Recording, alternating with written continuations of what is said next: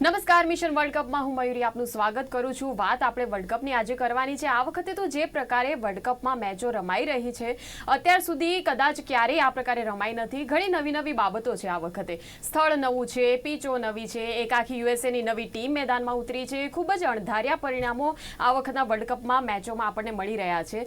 તો આજે આ જ વાત કરીશું કે આખરે કઈ દિશામાં આ ટુર્નામેન્ટ જઈ રહી છે અને ખાસ તો રવિવારે જ્યારે ભારત અને પાકિસ્તાન વચ્ચેની મેચ યોજાઈ છે આ મેચ માટે આપણા ખેલાડીઓ ટીમ ઇન્ડિયાના ખેલાડીઓ કેટલા મજબૂત છે તો તેમની સામે કેવા પડકારો છે, પાકિસ્તાનના ખેલાડીઓ કઈ સ્થિતિમાં છે તેના વિશે પણ આજના કાર્યક્રમમાં આપણે ચર્ચા કરવાની છે।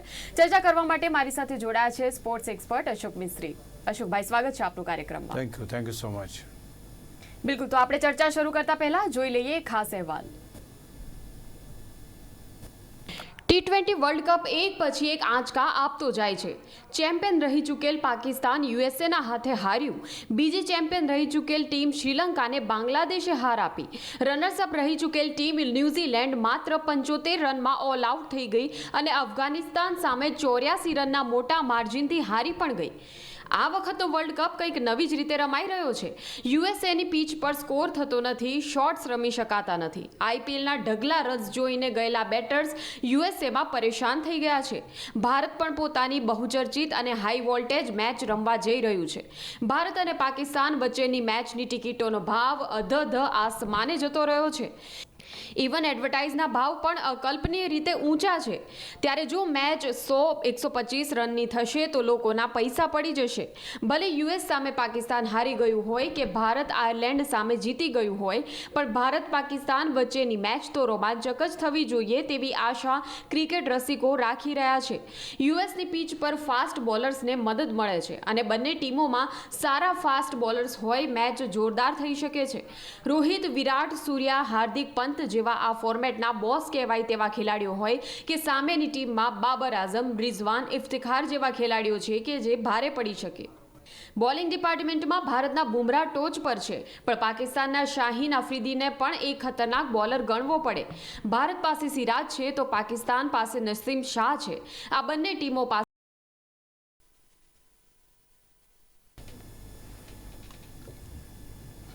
બિલકુલ, તો પહેલો સવાલ અશોકભાઈ એ કે આઈપીએલ કરતા વર્લ્ડ કપ કંઈક અલગ જ લાગી રહ્યો છે। આઈપીએલમાં તો રનના ઢગલા આપણે થતા જોયા અને વર્લ્ડ કપમાં હવે રનના ફાંફા પડી રહ્યા છે ટીમોને।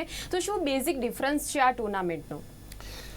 આ એક બહુ મોટો સવાલ છે, કારણ કે જે રીતે અત્યારે વર્લ્ડ કપ રમાઈ રહ્યો છે એવું નથી કે ભાઈ રન્સ બની ના શકે અથવા તો બનતા નથી, but there is a basic difference એવો છે કે જે પીચો ઉપર આપણે રમી રહ્યા છે અથવા તો જે પીચો ઉપર અત્યારે વર્લ્ડ કપ યોજાઈ રહ્યો છે એ અમુક તૈયાર પીચો ત્યાં આગળ પાથરવામાં આવી છે અને ખાસ કરીને એવા પણ મેદાનો છે કે જ્યાં આગળ લેટડાઉન પીચીસ જે છે, પહેલેથી તૈયાર કરેલી પીચીસ, ત્યાં આગળ સ્કોર થતા નથી। બીજી સૌથી મહત્ત્વની વાત એ પણ છે કે અત્યાર સુધીની જે મેચો રમાઈ ગઈ એમાં 150ની ઉપર સ્કોર લગભગ 4-5 મેચોમાં જ થયો છે। તો આ પણ એક બહુ મહત્ત્વની વાત છે કે જ્યારે 280, 277, 286, 250 એ પ્રકારના રન આપણે આઈપીએલમાં જોયા છે, એની સામે આ એકદમ મિઝરેબલ સ્કોર જોવા મળે છે।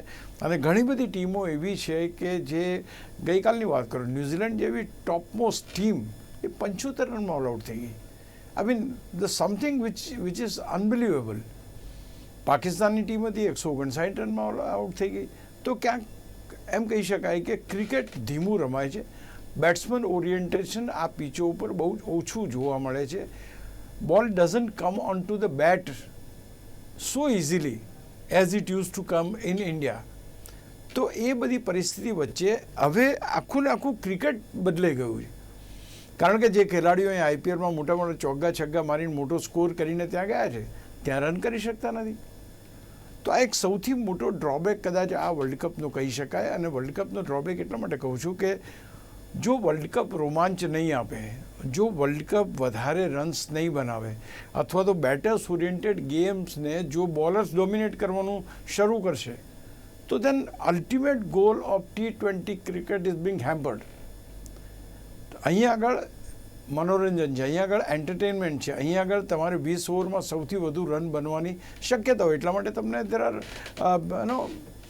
માત્ર 2 ફિલ્ડર્સને સર્કલની બહાર રાખવામાં આવે છે. What for? That is for the other batter to ensure કે ભાઈ સારા શોટ્સ રમી શકે અને મોટું સ્કોર કરી શકે. It is not happening. એટલે આ એક વસ્તુ બહુ મહત્ત્વની છે કે આઈપીએલના જે મેદાનો હતા એ સ્ટેન્ડર્ડ મેદાનો જે રેગ્યુલર યુઝમાં કરાય એ છે. આ જે મેદાનો છે યુએસએમાં પહેલી વાર વર્લ્ડ કપ થઈ રહ્યો છે, એ પ્રકારની પીચો બનાવવામાં આવી છે, એ પ્રકારની રેડીમેડ અમુક વસ્તુઓ કરવામાં આવી છે.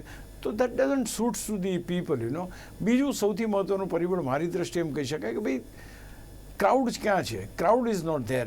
એક અગત્યની વાત એ પણ છે, ઓફકોર્સ ભારત પાકિસ્તાનની મેચમાં તો હાઉસફુલ થઈ ગયું છે અને ટિકિટો ઘણી બધી મોંઘી છે અને બધું છે.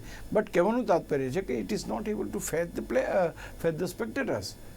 તો આમ જોવા જઈએ તો ઘણી બધી રીતે આ વર્લ્ડ કપ કંઈક અલગ છે. કંઈક અલગ એટલા માટે છે કે સ્કોર થતો નથી, કંઈક અલગ એટલા માટે છે કે સ્પિનર્સ માટે કોઈ જગ્યા નથી આ મેદાન ઉપર. માત્ર ને માત્ર ફાસ્ટ બોલર્સને ડોમિનેશન કરવાની તક મળે એ પ્રકારની વિકેટો છે.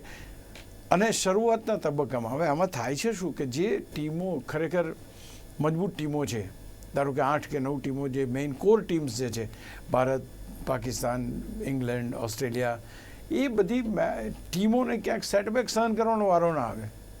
તમે વિચાર કરો, પાકિસ્તાનની ટીમ આટલું સારી ટીમ છે. ઓફકોર્સ અત્યારની ટીમમાં સિલેક્શનના બધા ઘણા બધા બીજા ઇસ્યુ ચાલે, but the team it self is good. હવે તમે એ ટીમને પહેલી મેચ એ લોકો યુએસ સામે હારી ગયા. ધારો કે ભારત પાકિસ્તાનની મેચ છે એ હારી જાય તો પછી ટોપ 2માં કોણ જશે? The very serious questions are raising અને એ ખરેખર બહુ મહત્ત્વની બાબત બની જાય છે કે હવે જે ખરેખર વર્લ્ડ કપના દાવેદારો છે અથવા તો વર્લ્ડ કપની અંદર જે મજબૂતીથી અત્યાર સુધી જીત્યા છે, વર્લ્ડ ચેમ્પિયનો હારવા માંડ્યા. શ્રીલંકા વર્લ્ડ ચેમ્પિયન એ હારી ગયું. ન્યૂઝીલેન્ડ રનર્સઅપ હતું એ 75માં ઓલ આઉટ થઈ ગયું. પાકિસ્તાન વર્લ્ડ કપ ચેમ્પિયન હતું એ હારી ગયું. So there are debacles are being seen. અને એ ક્યાંક ને ક્યાંક આ વર્લ્ડ કપનો જે સુપર 8માં કોણ આવે છે એ જોવાનું રહેશે. અને સુપર 8ની મેચો ત્યાર પછી જો વેસ્ટ ઇન્ડિઝમાં રમાય તો ઇટ્સ એબ્સોલ્યુટલી ગુડ, ત્યાં જ રમાવાની છે. એટલે બટ અધરવાઇઝ જે અત્યારની સ્થિતિમાં જે વર્લ્ડ કપ રમાઈ રહ્યો છે એ વર્લ્ડ કપ હું નથી માનતો કે it is fetching that much interest of the people. અને ખાસ કરીને spectators they are not enjoying it.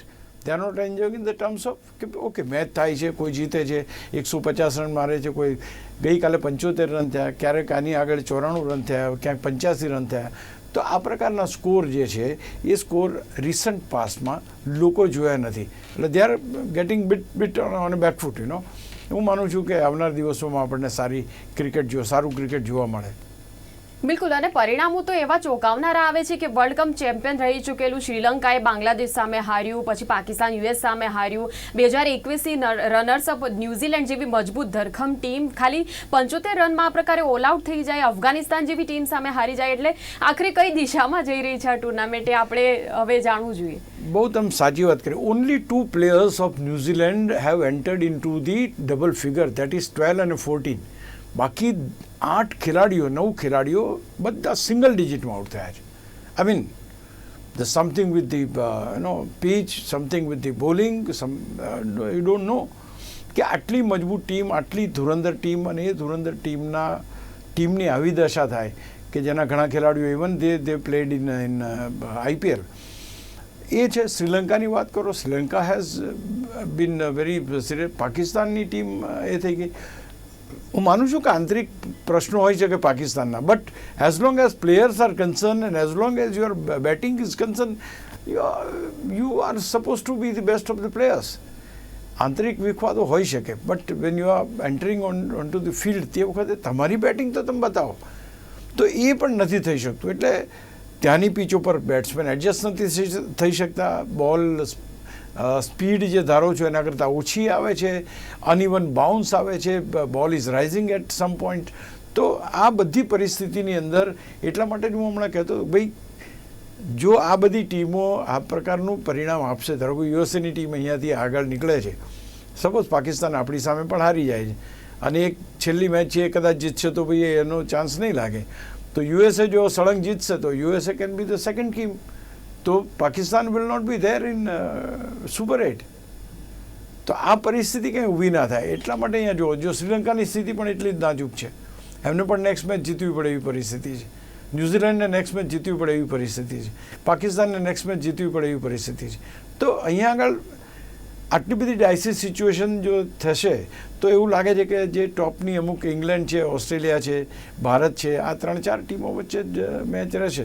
અને એમાંથી બહુ સૌથી મોટું નુકસાન શું થશે કે ક્રિકેટનું જે કોમ્પિટિશનનો જે એ છે મેઇન મોટો છે કે there has to be a competition એવું કે હું 150 રન મારું, તમે 150 રન મારો તો કંઈક એમ થાય કે ટાઈ મેચ પડી તો ચલો એમ થાય. પણ એ ટાઈ મેચ કેવામાં પડે છે, સુપર ઓવર કેવામાં 109 રનમાં સુપર ઓવર આવી જાય.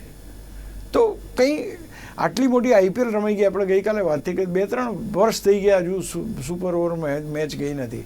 અને અહીંયા તો 10 દાડાની અંદર તો 2 સુપર ઓવરની મેચો જોઈએ અને એક તો 108-9 રનની અંદર જોઈ તો નથી સેટલ થતું. આ જે પ્રમાણેની મેચો અત્યારે રમાઈ રહી છે ક્યાંક ને ક્યાંક ધ સમથિંગ ઇઝ મિસિંગ. આપણે હવે તો એક જ વસ્તુ છે કે સુપર 8ની અપેક્ષા રાખવાની કે એ કેવી રીતના. પણ coming to the game between Pakistan and India, yes the interest જબરજસ્ત છે જ લોકોને, એમાં બેમત નથી.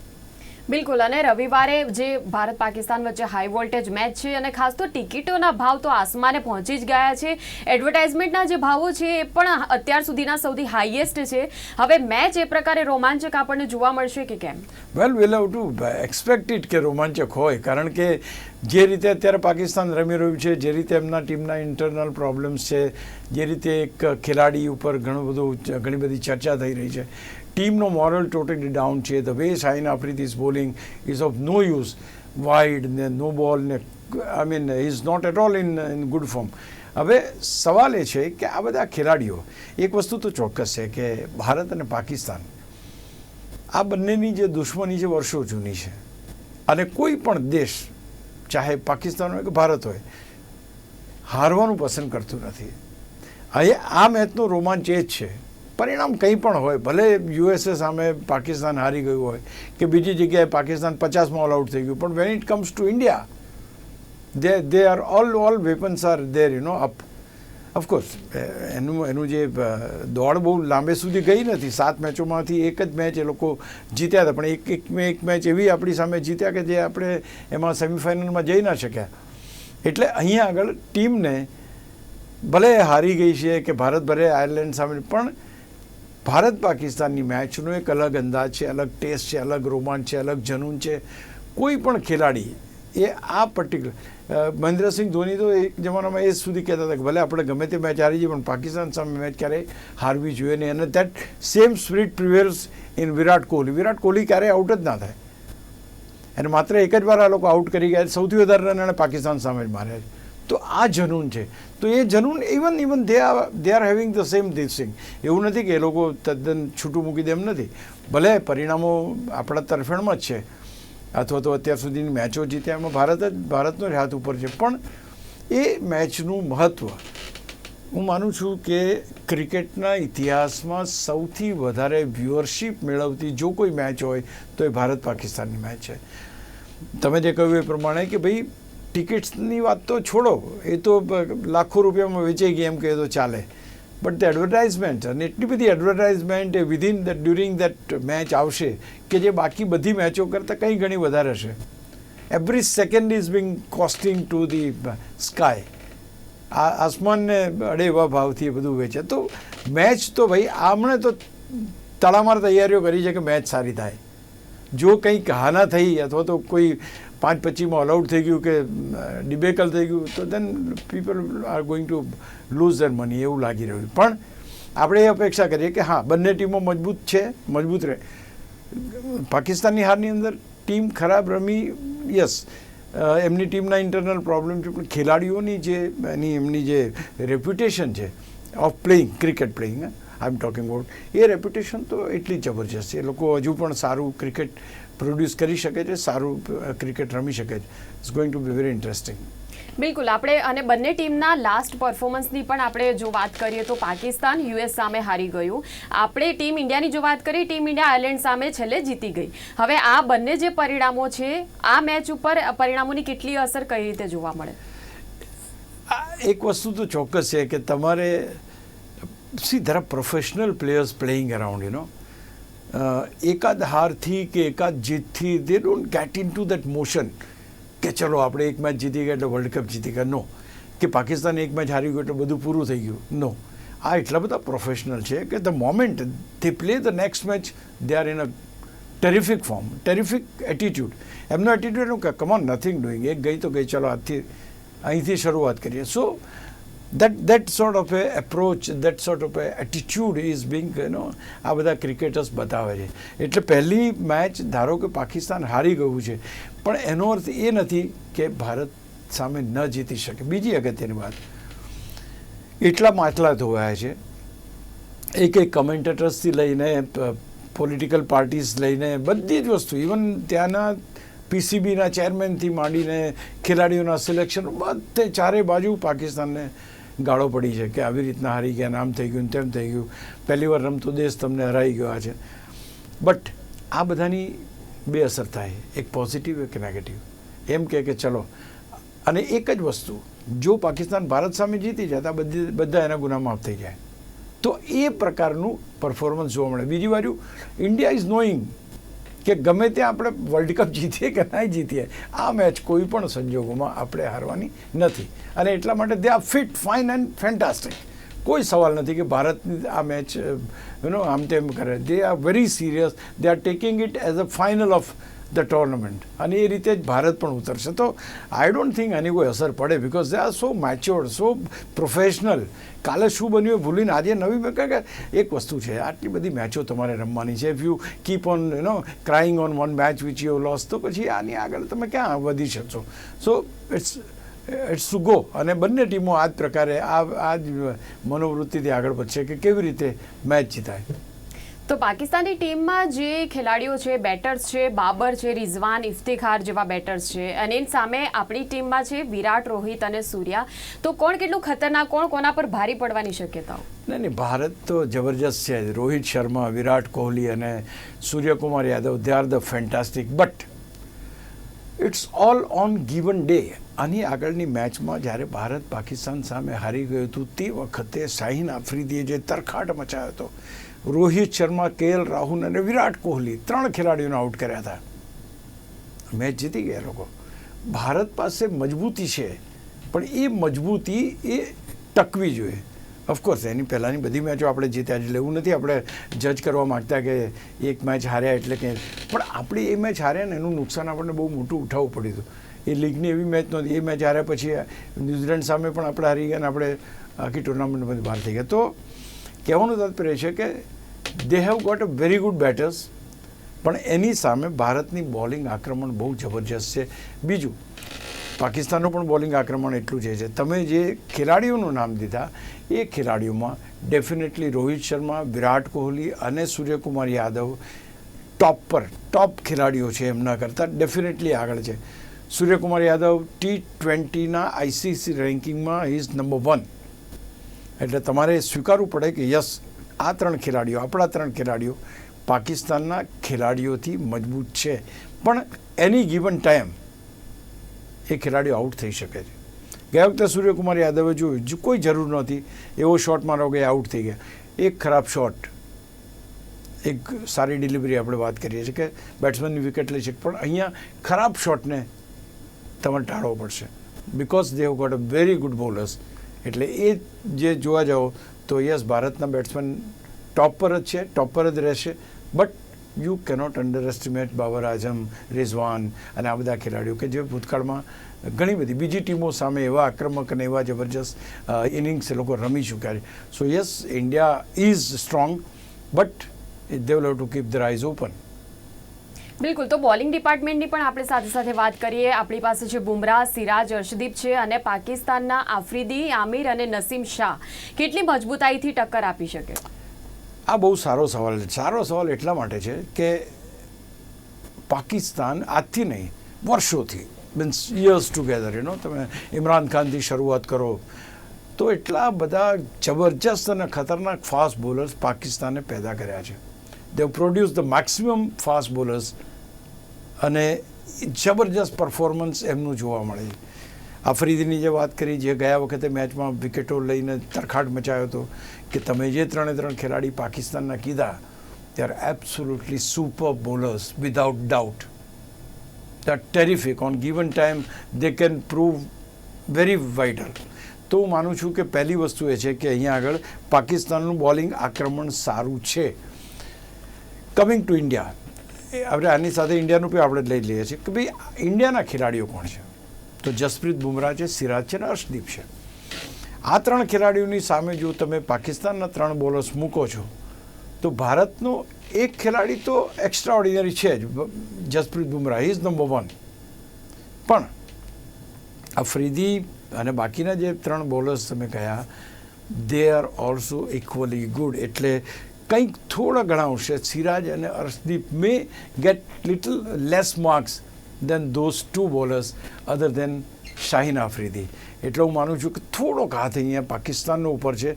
પાકિસ્તાન પાસે એવા 3 ખેલાડીઓ છે કે જે જબરજસ્ત બોલિંગ કરી શકે છે. ભારત પાસે જસપ્રીત બુમરાહ છે, Siraj, Arshdeep, all are good bowlers. પણ જ્યારે આપણે કમ્પેરિઝન કરતા હોય તો then you have to believe કે યસ દે હેવ, અને they've got ability to strike at the early stage. Shaheen Afridi શરૂઆતની 1-2 ઓવર્સમાં જે વિકેટ લેવાની ક્ષમતા ધરાવે, એ જો રમી ગયા તો પછી કોઈ સવાલ નથી. ધારો કે 4-5 ઓવર્સ ભારતના ખેલાડીઓ રમી જાય છે તો પછી કોઈ સવાલ નથી. અને અહીં મોસ્ટ ઇમ્પોર્ટન્ટ પાર્ટ એ છે કે જે વિરાટ કોહલીએ પાકિસ્તાન સામે સર્વાધિક રન માર્યા છે અને માત્ર એક જ વાર આઉટ થયો છે એમનાથી, એ ખેલાડી એ રવિવારની મેચમાં ઓપનિંગ બેટ્સમેન તરીકે ઉતરશે. જો આની આ ટીમ રાખે તો, યશસ્વી જયસ્વાલને ના લાવે તો અને દુબેને રમાડે તો, આપણે એમ માનીએ છીએ કે આગળની પહેલી ટીમ જ યથાવત રહેશે તો they are going to open. Chances છે ભારતના માટે કે ભારત આ પરિસ્થિતિને પહોંચી વળવા માટે સક્ષમ છે. But they have to keep track, ધ્યાન રાખવું પડશે કે શરૂઆતના તબક્કામાં કોઈ ઓવર્સ ના જાય. કારણ કે જે નામ ત્યાર પછી ઘણા બધા ખેલાડી છે આપણી પાસે, હાર્દિક પંડ્યા છે, શિવમ દુબે છે, રવિન્દ્ર જાડેજા છે, રિષભ પંત છે, એવરીબડી ઇઝ ધેર. એમાં કોઈ એવું નથી કે ભારતની પાસે ખેલાડીઓ નથી, પણ ક્યાંક આ 3 ખેલાડીઓ પાસેથી ભારતને બહુ જ મોટી અપેક્ષા છે. અને એ અપેક્ષા જો પૂરી થશે તો જ આ ટીમ એ ફાઇનલ સુધી પહોંચશે. બિલકુલ. અને આમ ઓવરઓલ બધા પરિબળોને ધ્યાનમાં રાખતા કેવી રહી શકે મેચ? અનઇવન બાઉન્સ ધરાવતી પીચ ઉપર કેટલો સ્કોરની અપેક્ષા? Well, this is also very good question, because what is happening is કે ભાઈ પીચ કેટલો મોટો રોલ ભજવશે આમાં. બંને ટીમો પાસે ખતરનાક ખેલાડીઓ છે. બંને ટીમો શોર્ટ ડિલિવરીઝથી બેટ્સમેનને પરેશાન કરી શકે એવા છે. કોને એડવાન્ટેજ મળશે? તો અહીંયા બહુ જ મહત્ત્વની વાત એ છે કે ભાઈ તમે ચેસ જ્યારે કરતા હો તો you have got that confidence કે ભાઈ ચેસ કરતી વખતે તમને ખ્યાલ હોય કે તમે કેટલા રન્સ બનાવશો. અત્યાર સુધીની જે મેચો રમાઈ એમાં એક પણ ટીમે 200નો સ્કોર નથી બનાવ્યો. 194નો સ્કોર બની ગયો પહેલી મેચ, બીજી મેચમાં. ત્યાર પછી બધા જ જે સ્કોર છે દેટ ઇઝ વિધિન 150 to 160.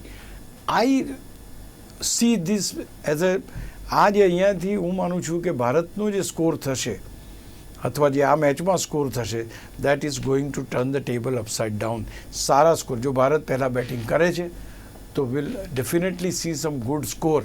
કે અત્યારના તબક્કે Rohit Sharma, Virat Kohli, Suryakumar Yadav, Hardik Pandya, Shivam Dube, all they are in very good form. એટલે આ એક વસ્તુ જોવાની રહેશે કે પહેલાં બેટિંગ કોણ કરે છે. ટોસ જીતે તો ફિલ્ડિંગ ડેફિનેટલી પસંદ કરશે, કારણ કે સામેની ટીમ કેટલા રન બનાવે છે એનું અનુમાન આવી જાય અને એ રીતે આપણે બેટિંગની તૈયારી કરી શકીએ. જે રીતના ટ્રેન્ડ જોવા મળે છે 170-180ની આસપાસનો, એ ટ્રેન્ડ યથાવત રહેશે. હું નથી માનતો કે 200+ સ્કોર આ પીચ ઉપર આવે, કારણ કે શોર્ટ ડિલિવરીઝ આવશે પહેલી વાત. બીજી વસ્તુ કે અનઇવન બાઉન્સ છે, થોડા કોશિયસ બેટ્સમેન રમશે અને આ શરૂઆતના તબક્કાની મેચો છે. There is a long way to go till final. એટલે હું નથી માનતો કે આ એક ગેમની અંદર આ પ્રકારની કોઈ પરિસ્થિતિ આવે. So it's going to be very interesting game. બિલકુલ. તો દર વખતે વર્લ્ડ કપમાં દર્શકો જેની આતુરતાપૂર્વક રાહ જોતા હોય છે એવી ઇન્ડિયા અને પાકિસ્તાન વચ્ચેની મેચની ચર્ચા કરી. અશોકભાઈ, આપ જોડાયા અને સરસ વિશ્લેષણ કર્યું, એ બદલ આપનો આભાર. Thank you so much. તો ઇન્ડિયા પાકિસ્તાનની મેચ છે વર્લ્ડ કપમાં અને આ એ પ્રકારની મેચ છે કે જ્યાં દરેક ભારત દેશનો જે દરેક નાગરિક છે એ એક જ ઈચ્છા રાખતો હોય છે કે ભલે આ વખતે ટ્રોફી પણ ઘરે ના આવે તો પણ ચાલશે, પણ પાકિસ્તાન સામે પ્લીઝ હારતા નહીં. અને જેના માટે મંદિરોમાં પ્રાર્થનાઓનો દોર યોજાતો હોય છે એવી આ મેચ છે. સાવ જ જુદા, સાવ જ અલગ પ્રકારના માહોલમાં આ વખતે યોજાઈ છે. બંને ટીમના ખેલાડીઓ પણ મજબૂત છે, પણ ખરેખર તો કેવું રમશે તે તો આપણને રવિવારે જ ખબર પડશે. તો અમે પણ મેચની તમામ અપડેટ્સ તમને આપતા રહીશું. આપ બસ જોતા રહો મિશન વર્લ્ડ કપ. નમસ્કાર.